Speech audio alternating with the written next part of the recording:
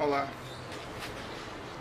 eu me chamo Paulo Guzmão, foi o nome que eu recebi aqui na Terra, e no começo da década de 90 eu fui guiado para a Chapada Diamantina e lá comecei a morar. Então eu fui morar em um lugar muito isolado, próximo ao Parque Nacional, afastado 9 quilômetros da vila do Vale do Capão, e venho acompanhando já há muito tempo essas aparições de OVNIs, as que foram divulgadas pelo Fantástico, pela Rede Globo, pelo Jornal Hoje. Vocês podem conferir OVNI Chapada Diamantina, se vocês forem lá no YouTube, vocês vão ver muitos vídeos a respeito, inclusive depoimentos de ufólogos, pessoas sérias que foram lá trabalhar. Aliás, ufólogo sério nós temos muitos aqui na Bahia. E o que acontece é que naquela época aconteciam coisas que a imprensa não divulgou. Eu creio que talvez muitos fatos tenham sido muito fortes, ou talvez eles não tivessem tido acesso a esses fatos, que foram as abduções que aconteceram. Eu tive muitas oportunidades de andar pelas serras da Chapada Diamantina e acampava à noite sozinho, ficava sozinho muito tempo, caminhava muito pelas serras. Isso eu fazia constantemente. E durante esse período todo, de 1994 para cá, eu fiz muitas pesquisas.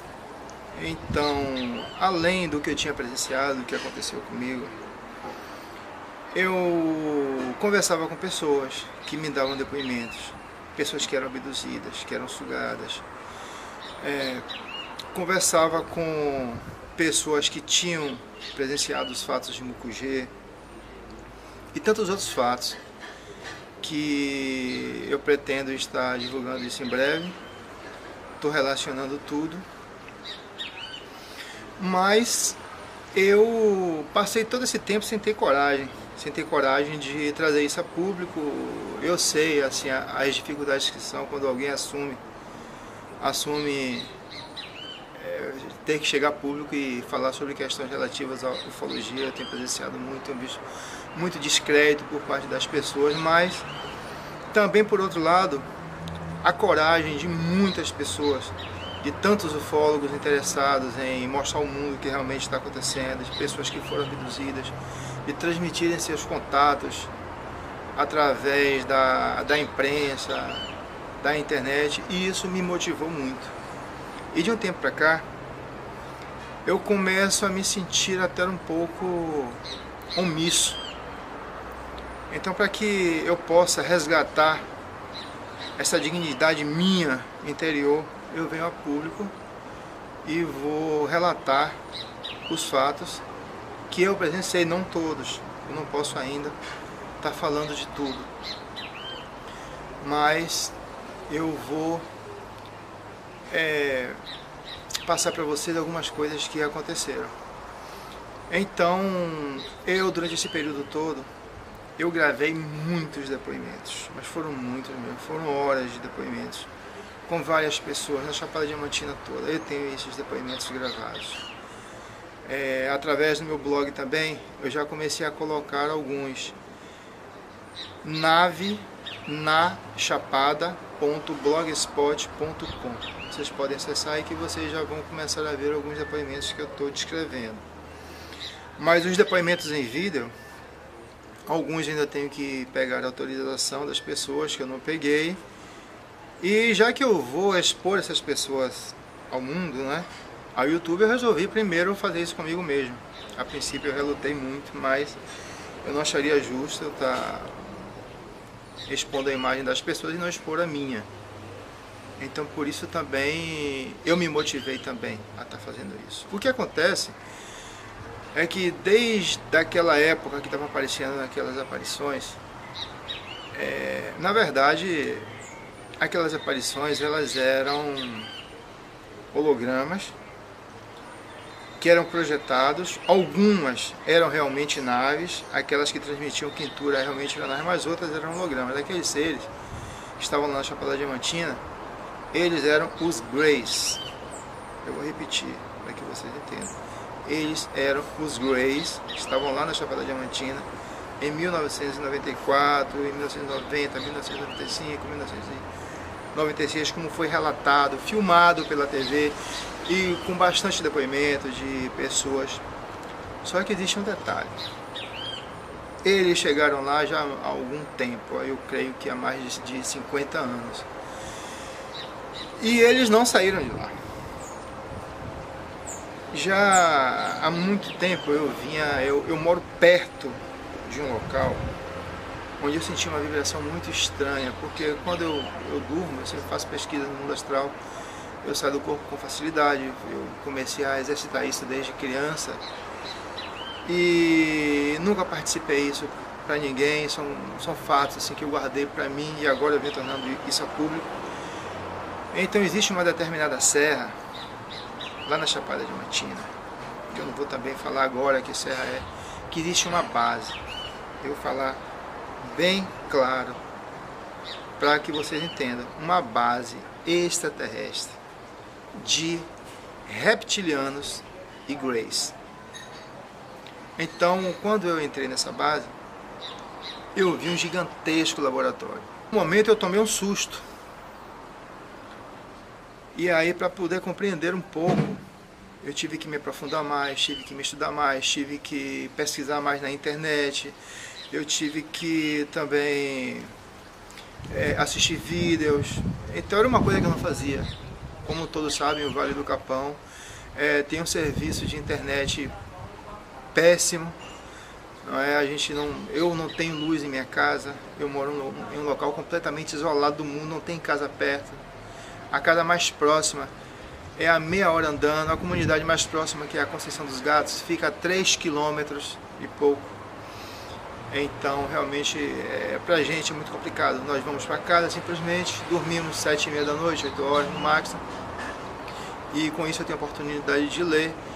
Então, por eu não ter a mínima ideia do que era aquilo, eu comecei a pesquisar.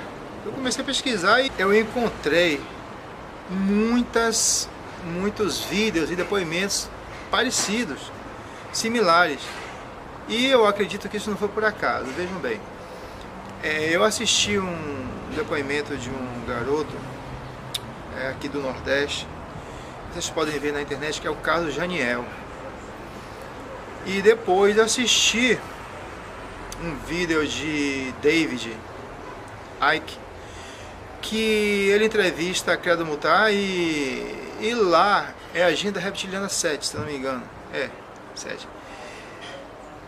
O Credo, ele descreve, olhem bem o que eu estou falando para vocês. Isso aconteceu provavelmente na década de 50 com o Credo. Esse fato foi agora no ano de... O outro fato do garoto Janiel foi agora no ano de 2013, eu creio. Pelo que eu vi postado lá no YouTube. Mas o garoto descreve exatamente os detalhes que Credo fala para David Icke.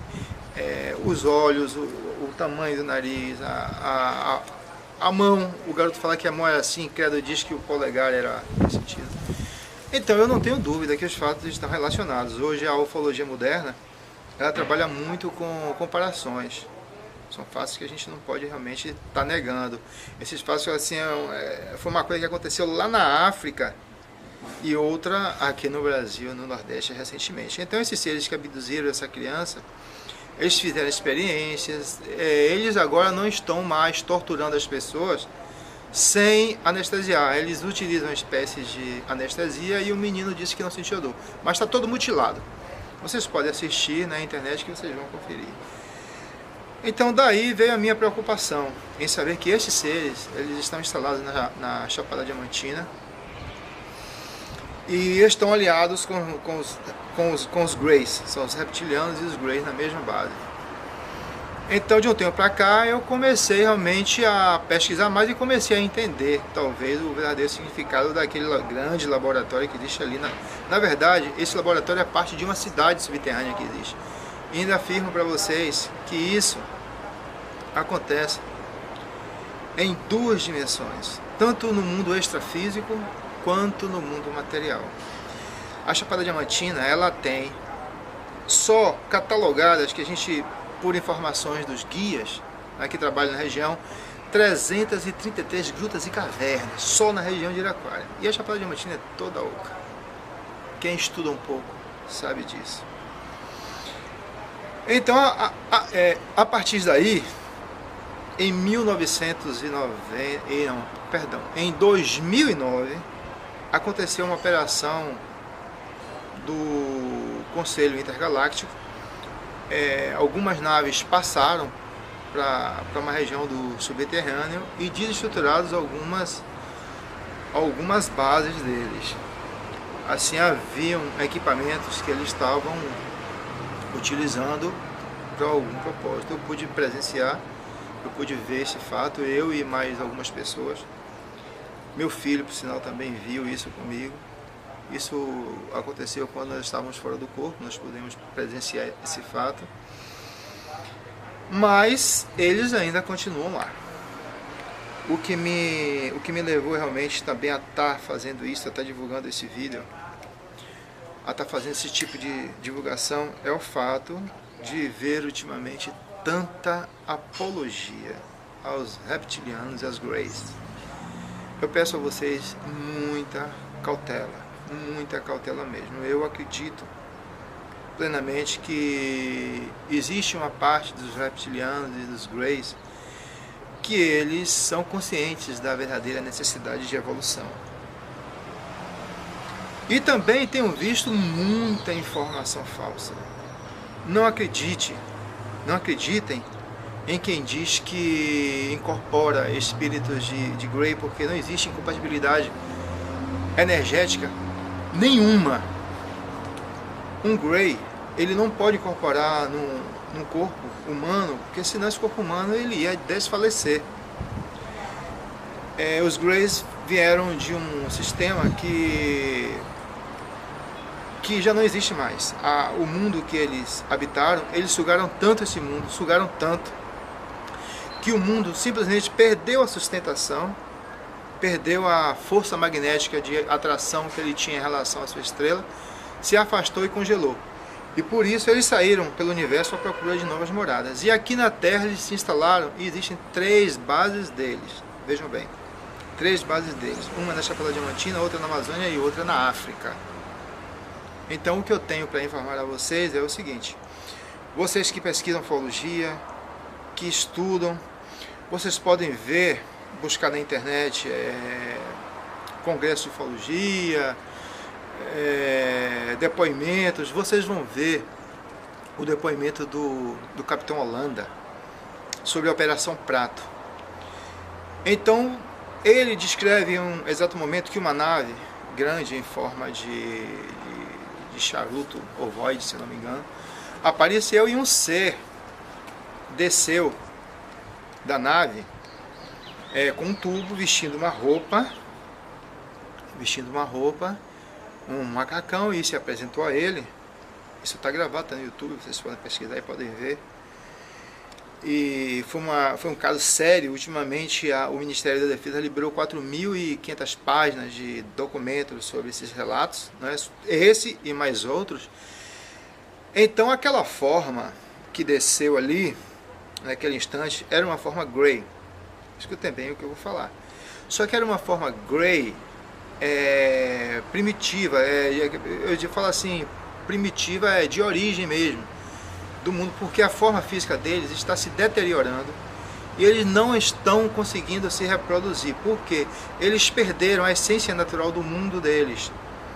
Eles foram constituídos da matéria originária do mundo de onde eles vieram, e a matéria terrena, tanto a matéria terrena como a densidade que é física e espiritual em relação ao Sol, não há a mínima possibilidade deles começarem a encarnar em corpos humanos. Eles tentam desesperadamente, fazendo experiências genéticas, abduzindo pessoas sem a permissão, porque quando acontece uma abdução com os seres mais elevados espiritualmente, existe todo um preparo espiritual para isso. Durante a noite eles fazem contato com essas pessoas, apesar de que na hora que elas são abduzidas, elas não reconhecem isso, mas já houve um pré-contato.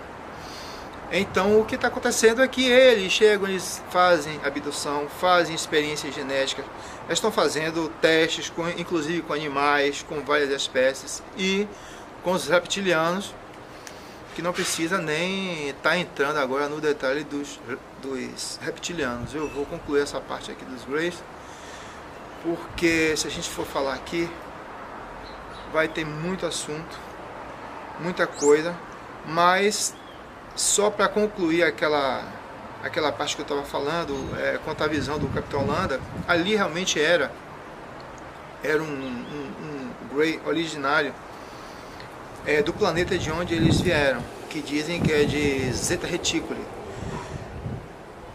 Mas esses outros que aparecem no mundo físico, aqui na nossa terceira dimensão, eles são clones. Eles são clones porque a forma originária deles, eles não têm condições de estarem atuando em nosso mundo. Eles não têm condições, eles não poderiam se apresentar para nós se eles não estivessem utilizando uma máscara, um equipamento, uma roupa.